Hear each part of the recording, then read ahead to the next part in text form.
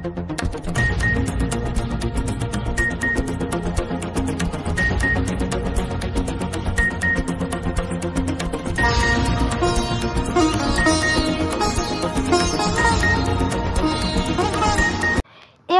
চা বাগানে দুষ্কৃতীদের হামলায় হতাহত 2টি শিবিরের সার। এলাকা জুড়ে উত্তেজনা, পরিস্থিতি সামলাতে অকস্থলে পুলিশ। করিমগঞ্জের এওলাবাড়ি চা বাগানে বৃহস্পতিবার সকালে একটি শিবিরের সারের মৃতদেহ উদ্ধার ও অন্যটি গুরুতর আহত উদ্ধারের ঘটনায় এলাকা জুড়ে টানটান উত্তেজনা বিরাজ করছে। এ নিয়ে স্থানীয়রা লঙ্গাই পুলিশ ফাঁড়িতে জানালে লঙ্গাই পুলিশ ঘটনাস্থলে পৌঁছাতে বিলম্ব করায় স্থানীয়দের মধ্যে ব্যাপক ক্ষোভ ছড়িয়ে পড়ে। পরে পুলিশ ঘটনাস্থলে পৌঁছালে উত্তেজিত জনগণ পুলিশের নামে মুর্দাবাদ ধ্বনি দিতে থাকেন। ততক্ষণে এই ঘটনা জানাজানি হতেই হিন্দু সংগঠনের বিভিন্ন কর্মীরা মাঠে নেমে প্রতিবাদে সোচ্চার হন। তারা শীঘ্রই এতে জড়িতদের চিহ্নিত করে আইনের আওতায় আনার জোরালো দাবি জানান। পরে মাঠে নামেন জেলা সদর পুলিশ এএসপি। তবে এ সংবাদ সংগ্রহ পর্যন্ত পরিস্থিতি থমথমে বিরাজ করছে।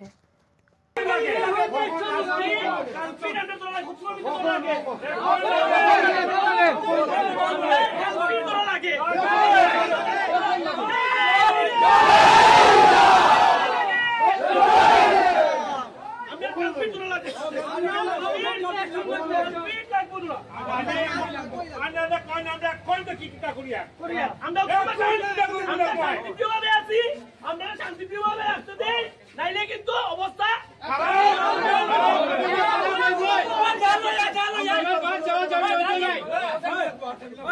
আসামি মেইন লাগবো আমরা মেইন আসামি লাগবো তাহলে ভুল ফুটাই দিব একটা ডিস্ট্রিক্ট আর ভুল ফুটাই দিব কেন এরকম হইবো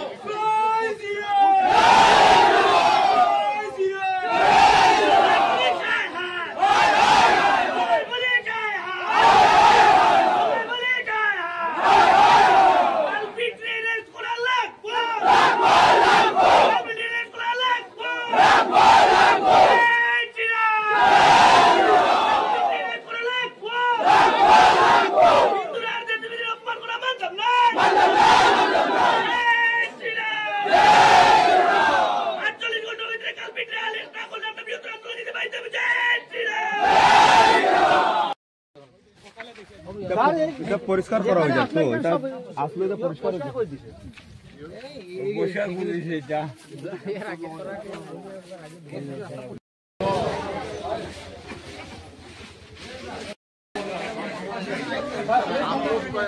सर एक बात आप देखिए सर यहाँ में हम लोग का दुर्गा पूजा होता है, यहाँ में हम लोग का हिंदू का सब सांस्कृतिक অনুষ্ঠান यहाँ पे होता है सर।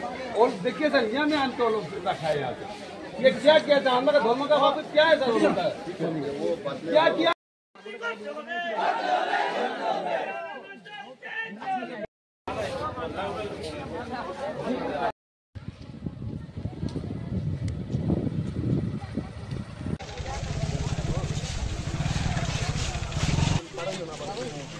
यहाँ की सब तो सकाले उठे आते तो यहाँ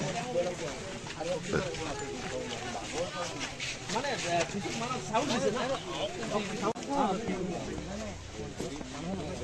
हाँ हो गया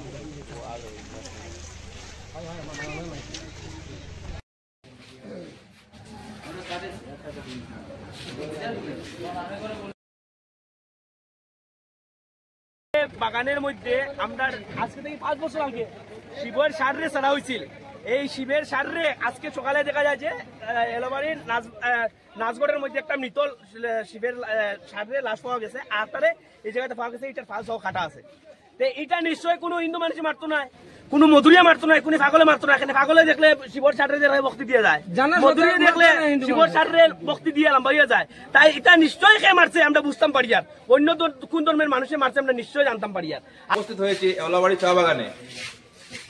তো চা বাগান এর পক্ষ থেকে গতকাল বিশ্ব হিন্দু পরিষদের কাছে সকাল 6টার সময় ফোন যায় যে এখানে একটি গরু হত্যা করা হয়েছে এবং অন্য একটি অসুস্থ অবস্থায় এদিকে ওদিকে দৌড়াচ্ছে। সেটা সম্ভবত কিছু সময়ের মধ্যে করিমগঞ্জের রাজপথে দাউ দাউ করে জ্বলে উঠল একটি বিলাসবহুল গাড়ি। AS01ES5399 নম্বরের গাড়িটি আসিমগঞ্জ আনিপুর রাস্তার উপরে মুহূর্তে জ্বলে ভস্মীভূত হয় গাড়িটি।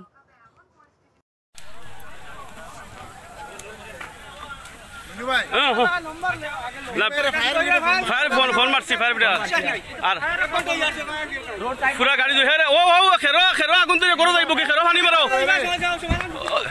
খেরো খেরো খেরো পানি মারো এরে খেরো পানি মারো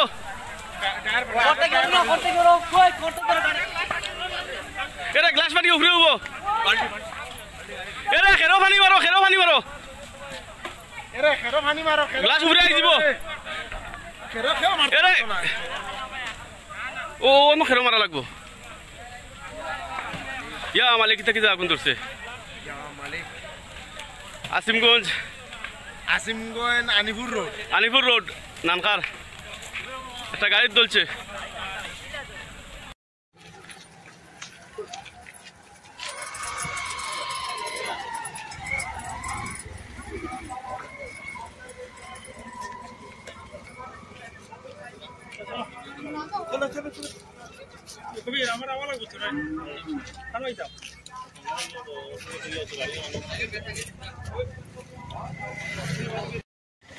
আজকে দিনে 2টার সময় এই গাড়িটা তিনকাল থেকে আসিমগঞ্জে আসার পথে হঠাৎ ওনার একটা আসিমগঞ্জে একটা বনির বাড়ি আসার সময় প্রায় বনির বাড়ি পৌঁছার 500 মিটার আগে গাড়িটা একটু জাম ছিল।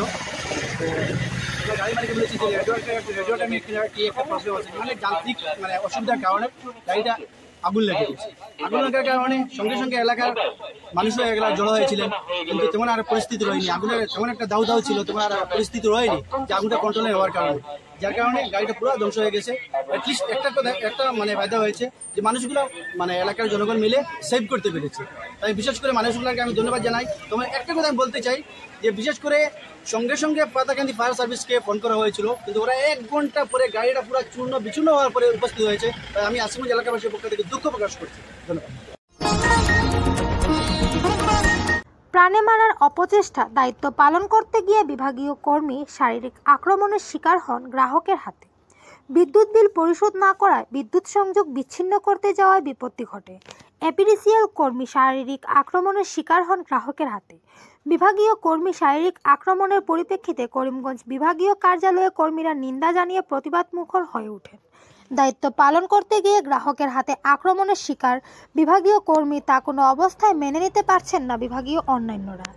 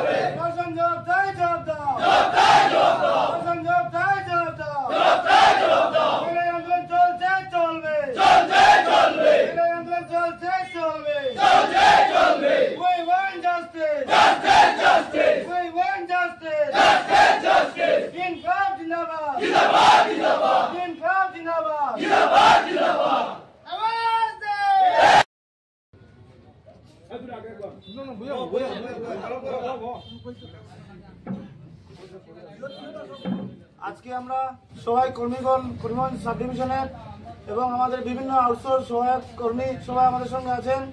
আমরা বিগত 20 তারিখে প্রথমে একটা আমাদের এসডিও স্যারের উপর একটা হামলা, ভীষণভাবে একটা হামলা হয়েছিল, যেটা আমাদের ফটোর মধ্যে আছে, আমাদের সঙ্গে প্রুফ আছে যে কালপিট ওনাকে গলা ধরে ওনাকে ফেলে দিয়েছিল, তারপর আমাদের কর্মীবৃন্দকে মারধর করেছিল। তারপর এটার সদুত্তর আমরা পুলিশ প্রশাসনকে আমরা এজাহার দিয়েছি, তারপর থেকে আমরা আজ পর্যন্ত কোনো উত্তর পাইনি। তারপর আগামীকালকে আমাদের সঙ্গে এই যে আছে আপনাদের সামনে দেখতে পাবেন, গতকালকে ওর নাম আলফাজ গনি, ও আমাদের সহকর্মী, ও গিয়েছিল রেভিনিউ কালেকশনে। জায়গাটির নাম হচ্ছে খুদপুরা উড়িয়া ফকিরাবাজার থেকে 2 কিলোমিটার আগে। ওইখানে গিয়ে যখন ও রেভিনিউ কালেকশনে গেছে, ওই আমরা যতটুকু জানতে পারি ওই ছেলেটির নাম ছিল রাজু আহমেদ বলে। ও ওনার উপর প্রাণঘাতী হামলা করেছে।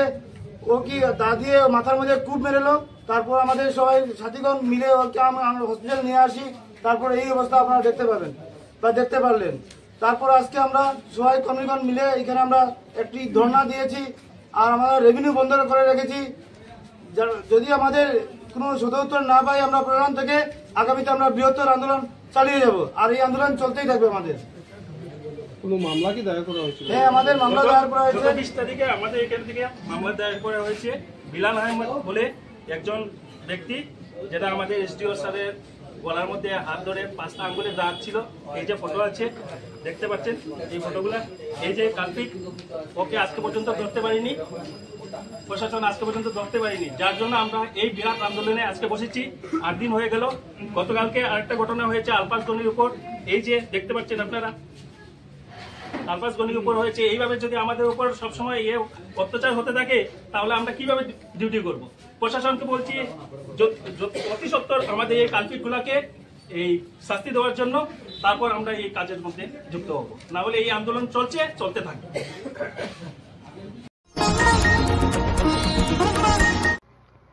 বাজারিছড়ার কাটলিতলা পুলিশের হাতে জব্দ বিপুল পরিমাণ গাঁজা, আটক 3। এবার চিরপরিচিত রুট বদল করে বিকল্প সড়ক দিয়ে ত্রিপুরা থেকে বহির্রাজ্যে পাচারের পথে বাজারিছড়া থানাধীন কাঠলতলি ওয়াচপোস্ট পুলিশের হাতে ধরা পড়ল বিপুল পরিমাণ নিষিদ্ধ গাঁজা। এতে জড়িত সন্দেহে ধরা পড়েছে 3 জন। জানা গেছে, গোপন খবরের ভিত্তিতে স্থানীয় পুলিশের নবাগত এসআই সজল চক্রবর্তী দলবল নিয়ে বুধবার বিকালে কুকিলতলার রাবার বাগান এলাকায় নাকা চেকিং বসিয়ে এ সাফল্য পান। এদিন সন্ধ্যায় ত্রিপুরা থেকে TR05D0655 নম্বরের একটি স্করপিও গাড়ি 208 নং বিকল্প সড়ক ধরে পাথারকান্দি অভিমুখে যাবার পথে গাড়িটিকে চ্যালেঞ্জ জানিয়ে আটক করে কর্তব্যরত পুলিশ। এতে গাড়ির ভিতরে তল্লাশি করলে একটি হ্যান্ডব্যাগ ও একটি ট্রলি ব্যাগ থেকে বিভিন্ন প্যাকেটে প্রায় 15 কেজি শুকনো গাঁজা উদ্ধার হয়, যার কালোবাজারি মূল্য প্রায় 1.5 লক্ষাধিক টাকার মতো হবে। এতে আটক করা হয় যথাক্রমে সঞ্জয় দেবনাথ, শঙ্কর পাল ও নিরুপম নাথকে। ধৃতদের উভয়ের বাড়ি ত্রিপুরায়। পরে খবর পেয়ে তদন্তে নামেন বাজারিছড়া থানার ওসি নীলবজ্যোতি নাথ। তিনি জানান যে ধৃতদের নামে পুলিশ নিজ থেকে NDPS ধারায় মামলা হাতে নিয়েছে। তাদেরকে রাতভর থানায় আটকে রেখে টানা জিজ্ঞাসাবাদের পর বৃহস্পতিবার জেলা CJM আদালতে সোপর্দ করা হবে। ধারণা করা হচ্ছে গাঁজাগুলো প্রথমে গুয়াহাটিতে ও পরে হাত বদল করে বহির্রাজ্যে পাচারের মতলবে ছিল বিশেষ চক্রটি।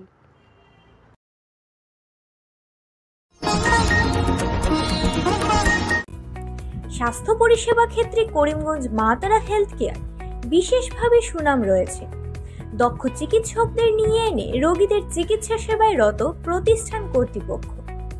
চিকিৎসা সেবায় যারা থাকেন তাদের মধ্যে ডক্টর GK চক্রবর্তী, ফিজিশিয়ান ও chest specialist, doctor Ajay Deshmukh, medicine specialist ও cardiologist, doctor Anshuman Bhattacharya, MD skin specialist, cosmetic dermato surgeon doctor Tapas Pal, medicine specialist, doctor Sumit Deb, neuro surgeon, doctor AZ Ahmed Borbhuiya, medicine ও diabetologist, doctor Nazam Tapadar, oral ও dental surgeon, doctor Dipankar Das, medicine ও cardiologist, doctor Suman Baidya, শিশু বিশেষজ্ঞ, doctor Mostakim Ahmed Majumdar, nephrology ও kidney specialist, doctor উজ্জ্বল Gogoi, diabetes ও thyroid বিশেষজ্ঞ, doctor Ajay Deshmukh, হৃদরোগ বিশেষজ্ঞ, doctor Ahmed Saifuddin, অস্থিরোগ বিশেষজ্ঞ। চিকিৎসকরা এখানে রয়েছেন। এছাড়া সব ধরনের ঔষধ পাওয়ার ব্যবস্থাও রয়েছে। রক্ত, কফ, মলমূত্র কম্পিউটার পদ্ধতির সাহায্যে পরীক্ষা সহ sonography, echocardiography, ECG, digital x-ray, colour Doppler ইত্যাদি অত্যাধুনিকভাবে পরীক্ষা করা হয়। তাই আর সময় নষ্ট না করে অগ্রিম বুকিং এর জন্য যোগাযোগ করুন মেসার্স মা তারা health care, Laxmibazar road, Karimganj, sell tax কার্যালয়ের নিকটে। আমাদের যোগাযোগ নাম্বার 7896065923 এবং 8876337065 এবং 9435585637 এবং 9127420429। রোগীদের সন্তুষ্টি আমাদের পরম তৃপ্তি।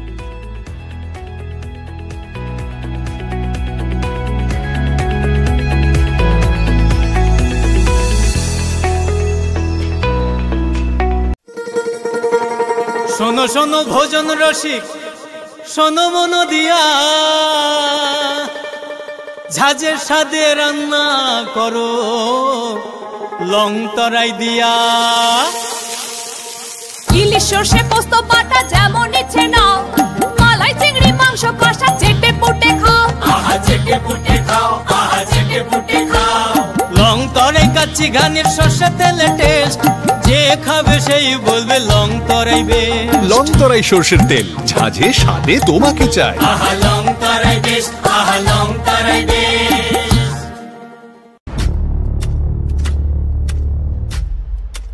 2024 লোকসভা নির্বাচনের দিক নির্ণয় কি হতে যাচ্ছে?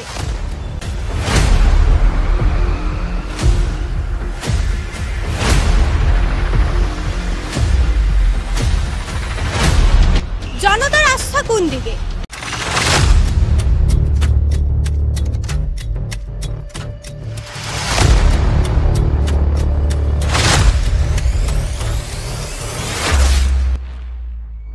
এনডিএ না ইন্ডিয়া?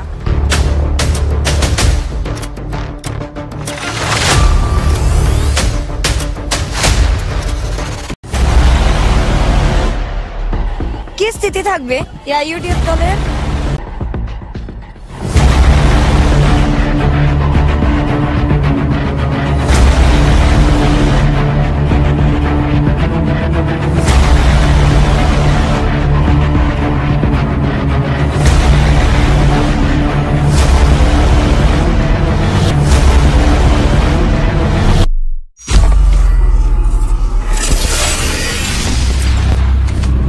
আজমল শিবির এবার কি ভূমিকা নেবে?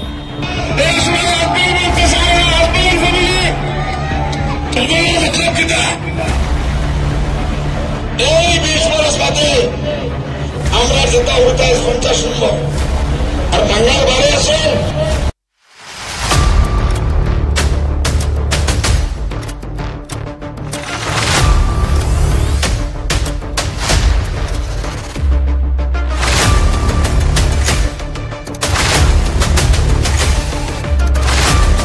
নির্বাচিত হওয়া সাংসদদের কাছ থেকে 5 বছরে কি পেলেন না জনতা।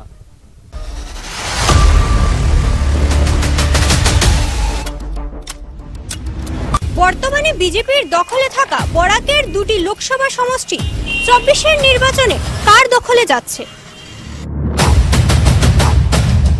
এইসব প্রশ্নের উত্তর খুঁজতে এবার জনতার দরবারে স্কাই 18 বাংলা নিউজ চ্যানেল।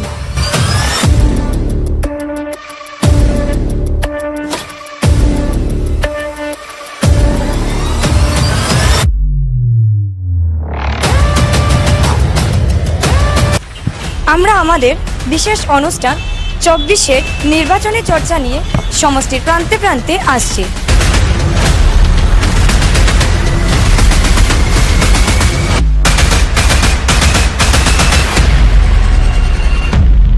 চোখ রাখুন 24 নির্বাচনী চর্চায়।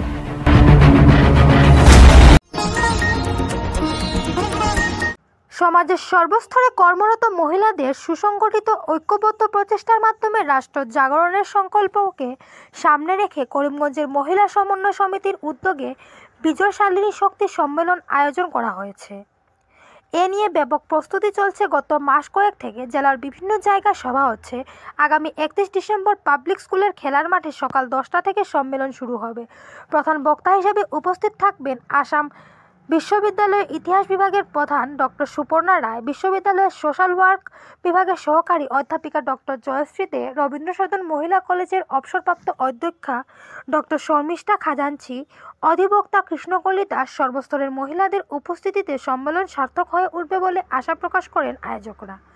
বৃহস্পতিবার সরস্বতী বিদ্যানিকেতনে আয়োজিত এক সাংবাদিক বৈঠকে এ ব্যাপারে বিস্তারিত তুলে ধরেন আয়োজকরা। আমরা আগামী 31 ডিসেম্বর করিমগঞ্জ জেলাতে মহিলাদের সর্বস্তরের মহিলাদেরকে নিয়ে একটা সম্মেলনের আয়োজন করেছি। এটা সর্বভারতীয় স্তরে হচ্ছে, কারণ আমাদের ভারতবর্ষ একটা পূর্ণভূমি ছিল যেখানে মাতৃশক্তির ভূমিকা অত্যন্ত গুরুত্বপূর্ণ।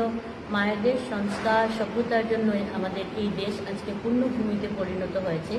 কিন্তু দীর্ঘদিন আমাদের দেশ পরাধীন ছিল, যার জন্য আমাদের ধীরে ধীরে বিদেশি সংস্কার এসে যাওয়ায় আমরা আমাদের নিজেদের সংস্কৃতি ভুলে যাচ্ছি, ভুলে গিয়ে পাশ্চাত্য সভ্যতার দিকে এগিয়ে যেতে চলেছি। তাই আমরা মাতৃ জাগরণের মাধ্যমে আবার এই ভারতবর্ষকে একটা আদর্শ দেশ, শ্রেষ্ঠ দেশ, বিশ্বের মধ্যে একটা সর্বশ্রেষ্ঠ তেজস্বী রাষ্ট্র হিসাবে পরিবর্তিত করার জন্য বিবিধ ক্ষেত্রের মহিলাদেরকে নিয়ে, তা একদম গৃহবধূ থেকে বা কাজের যারা কাজ করে বাড়িতে ওদেরকে নিয়ে উচ্চস্তরের, কেউ ইউনিভার্সিটিতে কাজ করছে, কেউ সায়েন্টিস্ট, কেউ ডাক্তার, কেউ ইঞ্জিনিয়ার, সবাইকে একত্রীকরণের মাধ্যমে একটা সুসংগঠিত দেশ নির্মাণের ক্ষেত্রে এই সম্মেলনের আয়োজন হয়েছে। এই সম্মেলনকে সর্বস্তরের চিন্তনের মাধ্যমে, যে ভারতবর্ষ একটা এত স্বাভিমান বোধ ছিল কিন্তু ধীরে ধীরে সেই স্বাভিমান বোধটা আমাদের মধ্যে থেকে সরে যাচ্ছে, তার চিন্তন নিয়ে আজকে আমাদের এই ভারতবর্ষের যে মহিলারা রয়েছেন, স্বাধীন তো ঠিকই হয়েছে, কিন্তু সেক্ষেত্রে দেখা যায় কি বিভিন্ন জায়গায় দেখা যায় যে মহিলাদের যে সেই সুরক্ষার এখন একটা প্রশ্নচিহ্নের মধ্যে রয়েছে। অনেক ক্ষেত্রে আমরা মহিলাদের বিভিন্নভাবে বিতাড়িত হতে দেখি, সেখানে স্বাধীন ভারতে থেকেও মহিলারা কেন এত অসুরক্ষিত বোধ আমরা করছি, সেই চিন্তন নিয়েই আজকের এই সম্মেলন। আমরা আমাদের এই সম্মেলনের মধ্যে বিভিন্ন বিষয়ের মধ্যে আলোচনা হবে, সেটা হচ্ছে যে ভারতের যে চিন্তন রয়েছে সেই চিন্তনে মহিলাদের ভূমিকা, বা আমাদের রাষ্ট্র নির্মাণে, ভারতবর্ষ যে একটা বিশাল রাষ্ট্র, ওই রাষ্ট্র নির্মাণে মহিলাদের কি ভূমিকা ছিল সেটা নিয়ে আলোচনা হবে ওই দিন। বিভিন্ন ইউনিভার্সিটি থেকে বিভিন্ন কার্যকর্তীরা উপস্থিত থাকবেন, আর এটা একটা সম্পূর্ণ অরাজনৈতিক সংগঠনের মাধ্যমে চলছে। আমি আগেই বলেছি যে আপনাদের এটা সর্বস্তরের মহিলাদেরকে নিয়ে চলছে এই কার্যক্রম, একটা কোনো রাজনৈতিক ভূমিকা এখানে নেই। সবাই এই সংগঠনের মাধ্যমে একত্রিত হবে এবং এই সম্মেলনকে সর্বস্তরের নিয়ে যাওয়ার চিন্তন চলছে। এখানে 531টা সমগ্র ভারতবর্ষে এই সম্মেলন হবে। এখন পর্যন্ত প্রায় 220টা সম্মেলন হয়ে গেছে আমাদের, আর আগামী 31 তারিখ করিমগঞ্জে হবে। নেতাজি মেলার মাঠ মানে পাবলিক স্কুলের খেলার মাঠে বিজয়শালিনী শক্তি সম্মেলনের আয়োজন করা হয়েছে।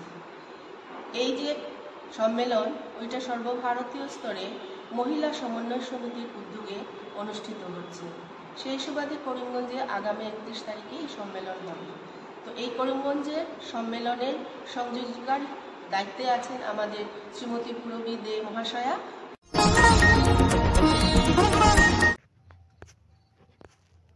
অল ইন্ডিয়া ডিএসওর করিমগঞ্জ জেলা কমিটির উদ্যোগে 28 ডিসেম্বর এআইডিএসের 70তম প্রতিষ্ঠা দিবস ব্যাপক উৎসাহ উদ্দীপনার মধ্য দিয়ে ফায়ার ব্রিগেড সংলগ্ন সংগঠনের জেলা কার্যালয়ে সকাল 8:30টায় অল ইন্ডিয়া ডিএসওর পতাকা উত্তোলন করেন জেলা সম্পাদিকা সঞ্চিতা শুক্ল। পতাকা উত্তোলনের পর সাংবাদিকদের সম্মুখে বক্তব্য রাখতে গিয়ে জেলা সভাপতি সুজিত কুমার পাল বলেন, আজ 70তম প্রতিষ্ঠা দিবস উদযাপনের উপলক্ষে ডিএসের সদস্য এবং সংগঠকবৃন্দের শপথ নিতে হবে যে শিক্ষার ওপর যে মারাত্মক আক্রমণে এসেছে নতুন জাতীয় শিক্ষানীতির মাধ্যমে তাকে যে কোনো মূল্যে প্রতিরোধ করতে হবে। 1954 সনের 28 ডিসেম্বর তারিখে আমাদের এই ভারতবর্ষের মাটিতে একমাত্র বিপ্লবী ছাত্র সংগঠনের জন্ম হয়েছিল। বিভিন্ন কারণ থেকেই আমাদের এই ছাত্র সংগঠনের জন্ম হয়েছিল। যে ভারতবর্ষের যে শিক্ষা ব্যবস্থা স্বাধীনতার পরবর্তী থেকেই আমরা তখন যারা শুরু করেছিলেন তারা দেখেছিলেন যে বিজ্ঞানভিত্তিক এবং শিক্ষাকে সমস্ত স্তরের জনসাধারণের জন্য উন্মুক্ত করে দেওয়ার লক্ষ্য নিয়েই ভারতবর্ষের স্বাধীনতাটা হয়েছিল। কিন্তু স্বাধীনতার পরবর্তী সময় থেকেই দেখা যাচ্ছে যে এই শিক্ষা ব্যবস্থাটাকে আস্তে আস্তে আস্তে আস্তে স্বাধীনতার পরবর্তী সময় দেশীয় পুঁজিপতিদের হাতে তুলে দেওয়ার একটা চক্রান্ত চলছে।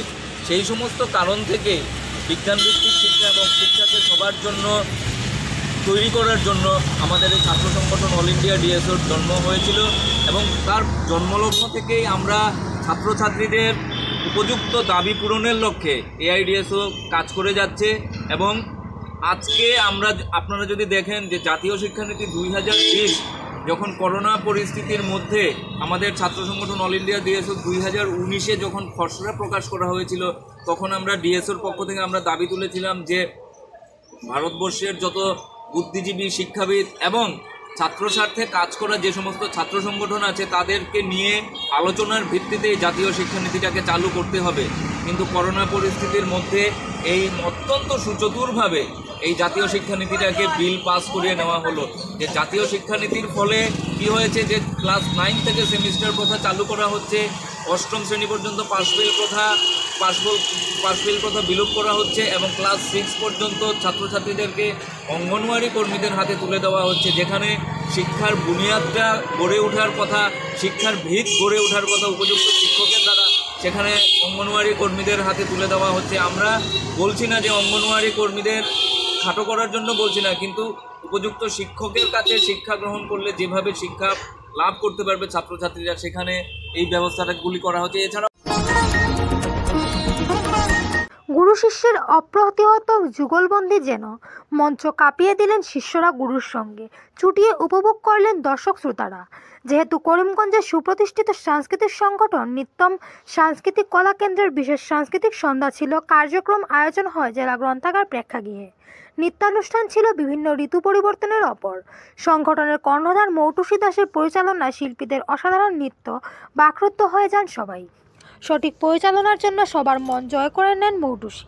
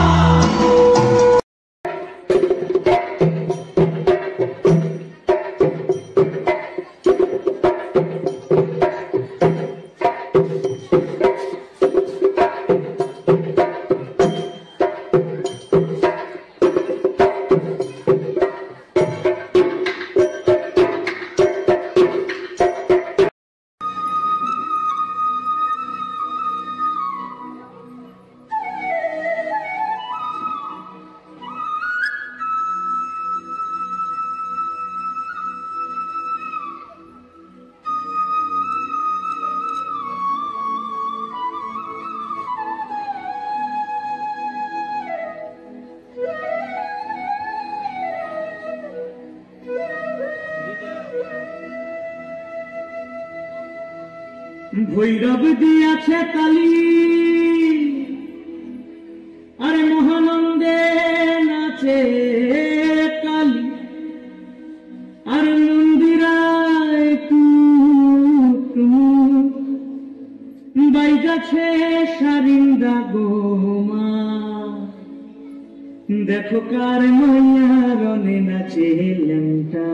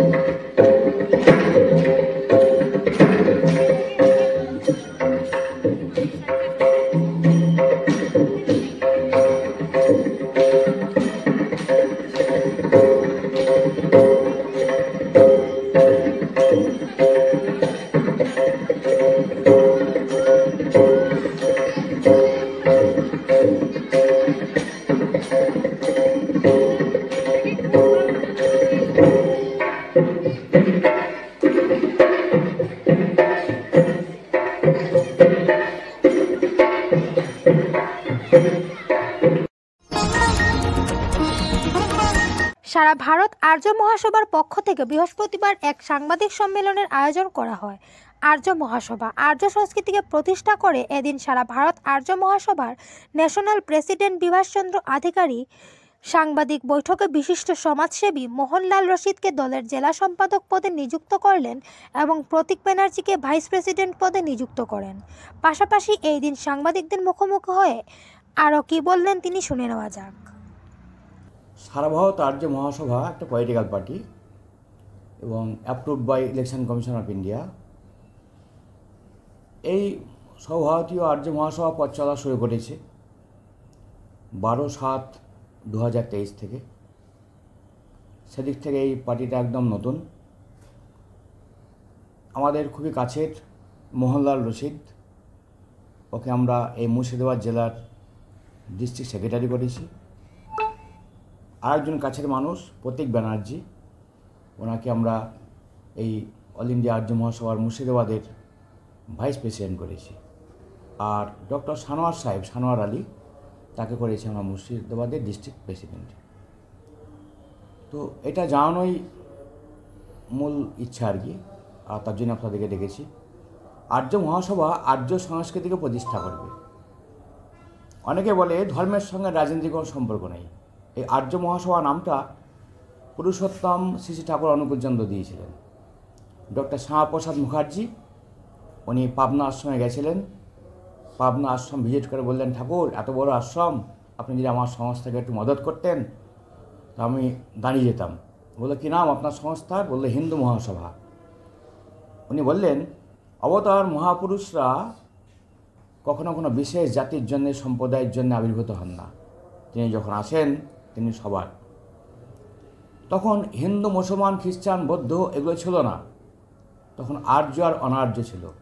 সেই এককে যারা মানল, আল্লাহ বলেন, গড বলেন, ঈশ্বর বলেন, ভগবান বলেন, যাই বলুন না কেন, সেই সৃষ্টিকর্তাকে যারা মানল তারা আর্য বা আস্তিক, আর যারা তাকে মানল না তারা অনার্য বা নাস্তিক। কাজে নামটা পাল্টে ফেলেন। দুর্ভাগ্যবশত এই নামটা কেউ নেয়নি, আমার জন্য মনে হয় ফাঁকা পড়েছিল। আমি এই নাম দিয়েই ঠাকুরের ইচ্ছা পূরণের জন্যে, কেননা ধর্মনীতি না মানলে রাজনীতিতে তার কোনো অধিকার থাকা উচিত নয়। অশোক স্তম্ভে আমরা গভর্নমেন্টটা দেখি, অশোক স্তম্ভে লিখে সত্যমেব জয়তে, তাই ধর্মকে মানছে। আজকে এমএলএ হচ্ছে, এমপি হচ্ছে, তারা গিয়ে কিন্তু ঈশ্বরের নামে শপথ বাক্য পাঠ করছে। এমনকি বিচারপতিগণ, ভারতের রাষ্ট্রপতি, উপরাষ্ট্রপতি, প্রধানমন্ত্রী, যে কোনো মন্ত্রী বলুন না কেন, সে ঈশ্বরের নামে শপথ বাক্য পাঠ করে কিন্তু তাকে কুর্সিতে গিয়ে বসতে হয়। তাহলে ধর্ম মানব না, আমার বিরোধী কোনো নেতা তার মেয়েকে ধর্ষণ করাবো, আমার বিরোধী কোনো নেতা তার বাড়িতে আগুন লাগা করাবো, এই ধর্মে রাজনীতি কখনো হয় না। সংস্কৃত পলিটিক্স ধাতু থেকে সংস্কৃত পল ধাতু থেকে পলিটিক্স কথাটা এসছে। সংস্কৃততে পল ধাতু থেকে পলিটিক্স কথাটা এসছে। অর্থ হচ্ছে পরিপালন এবং পরিপোষণ। যে নীতি পরিপালন এবং পরিপোষণ শেখায় না, তা কখনো রাজনীতি হতে পারে না। কাজে আমাকে আগে ধর্ম মানতে হবে, ডক্ট্রিন অফ দ্য মহাপুরুষ মানতে হবে, আর যে ভালো মানে সেই একমাত্র রাজনীতিটাও করতে পারে বা রাজনীতিটার অধিকার আছে, তাছাড়া রাজনীতি হয় না। আমরা এমন তো একটা রাজনীতি করতে চাই, কেচ্ছা দিয়ে অপরকে ছোট করে কখনো বড় হওয়া যায় না। মহাপুরুষের সে বাণী, পরকে বড় করবি যত তত বড় হবি তুই, বড় হওয়ার একটি পথ একটি ছাড়া নাই কতুই। কেচ্ছা দিয়ে কাউকে ছোট করে অশ্রদ্ধা চাষ করে আমরা আর্য কিছু করবো না। ভারতবর্ষের যে অ্যানসিয়েন্ট কালচার ছিল, আরিয়ান কালচার, আর্য সংস্কৃতি, সেটাই সমাজ প্রতিষ্ঠা করবো আমরা। আর তার ভিতর দিয়ে মানুষ গড়ে উঠবে, মানুষের ক্যারেক্টার তৈরি হবে, সমাজ তৈরি হবে, রাজ্য তৈরি হবে, রাষ্ট্র তৈরি হবে। আর রাষ্ট্র তৈরি হলে গোটা পৃথিবী তৈরি হবে। আপনার নাম পরিচয় বলুন। আপনার নাম পরিচয়? আমার নাম বিভাসচন্দ্র অধিকারী, আমি ন্যাশনাল প্রেসিডেন্ট অল ইন্ডিয়া আর্য মহাসভা।